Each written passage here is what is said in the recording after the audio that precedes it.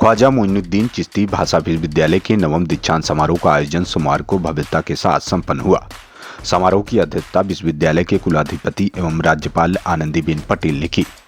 मुख्य अतिथि के रूप में केंद्रीय पेट्रो रसायन अभियांत्रिकी एवं प्रौद्योगिक संस्थान सिपेट के महानिदेशक प्रोफेसर शिशिर सिन्हा उपस्थित रहे।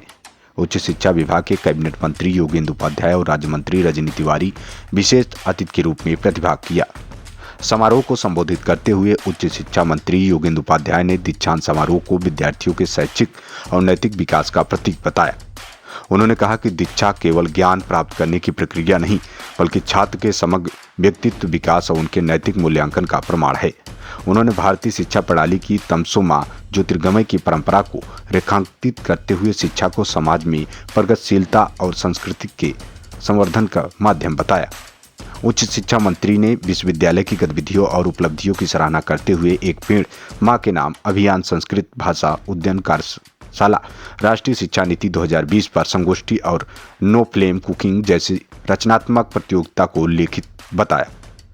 उन्होंने विद्यार्थियों का द्वारा ग्रामीण क्षेत्रों में बच्चों के लिए कक्षाओं के संचालन को समाज सेवा की दिशा में महत्वपूर्ण कदम कहा।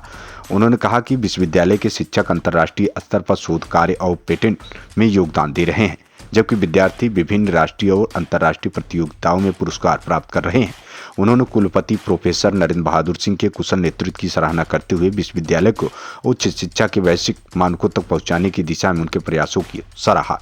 समारोह में बड़ी संख्या में छात्रों को उपाधि प्रदान की गई।